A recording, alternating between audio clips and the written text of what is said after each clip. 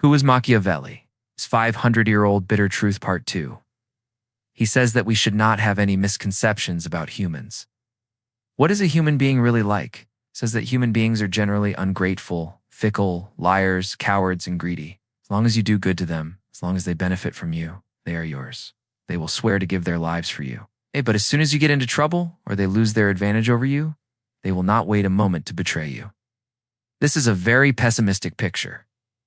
But Machiavelli says that a ruler must base his policies on this very basic truth, not on this sweet lie that humans are good by nature. So, Machiavelli's first lesson is clear. Throw away the rose-colored glasses of idealism. See the world in all its cruelty and brutality. Understand that the game of power is not based on emotions, but on selfishness and fear. If you always try to walk on the thin path of morality, you will be crushed on this highway of politics. You have to be a realist. You have to accept that the world is a jungle and to survive. Here, you have to learn the rules of the jungle. This is the neem tree on which Machiavelli will build his entire edifice. This is the lens through which he will show us every aspect of power. But this bitter truth about human nature leads us to a very bad question. If humans are so selfish and deceitful, then how should a ruler control them? He must make people love him or make them fear him. This is perhaps the biggest and oldest question in politics. And the answer Machiavelli gives to this remains equally relevant and surprising even today. You will have to wait for the next chapter to know the answer to this great question. Chapter number 3, the true face of man. Are we selfish by nature? In the previous chapter, we understood the rule of realistic philosophy of Machiavellian. We learned how he brings us down from the sky of ideals to the hard ground of reality. And this is the most important part of the ground of this reality.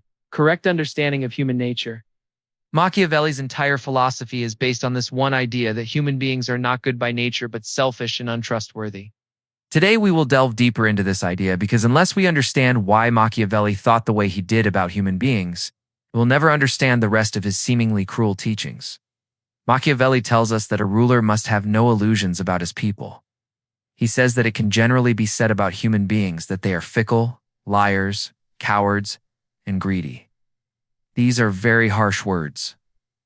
But let us try to understand these one by one. Fickle means that a person's loyalty always keeps changing. The one who is with you today may be with your enemy tomorrow. If he sees more benefit there, their friendship and enmity are based not on principles but on selfishness.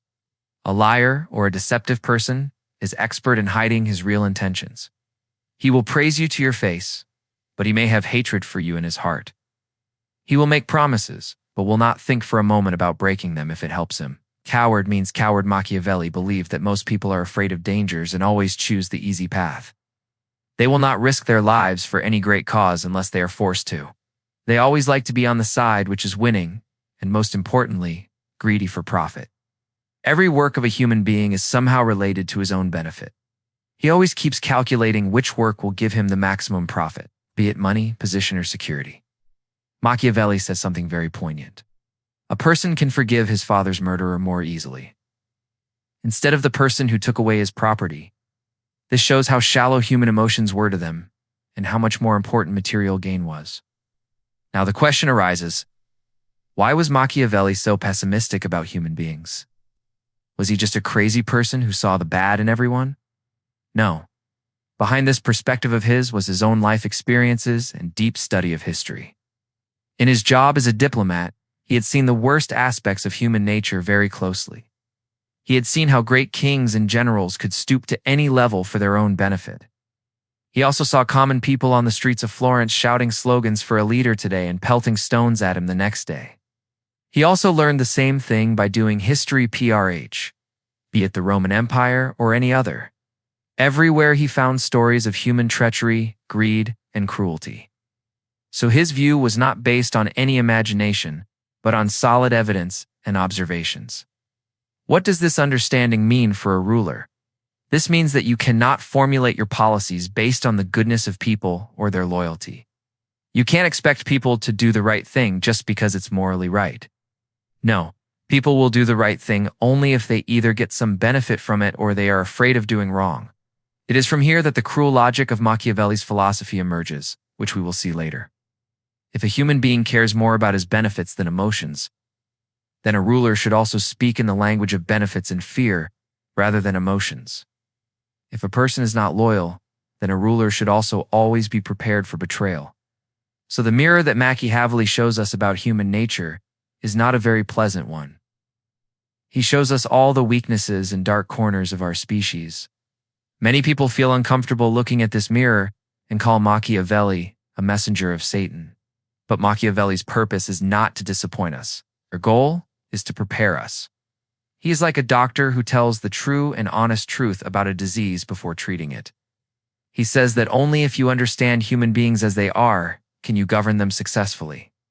And this understanding gives rise to the great question we referred to at the end of the last chapter. If people are like this, then what is the best way to control them? Love or fear? Should a ruler be loved by his subjects or feared by them? The analysis that Machiavelli presents on this question has become immortal in the history of political science. And to hear that analysis, you'll have to wait for the next chapter.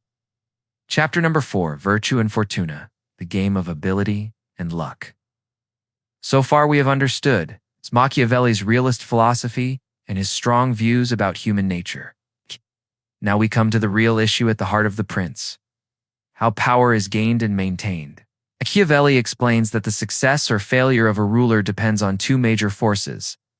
These are two forces, virtù and fortuna.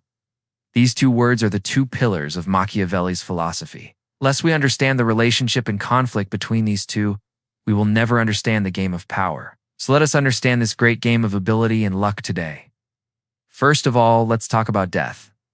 When we hear the English word virtue, thoughts like virtue, goodness, honesty come to our mind. But Machiavelli's virtue is entirely different from this. For them, virtue does not mean moral goodness, but effective powers.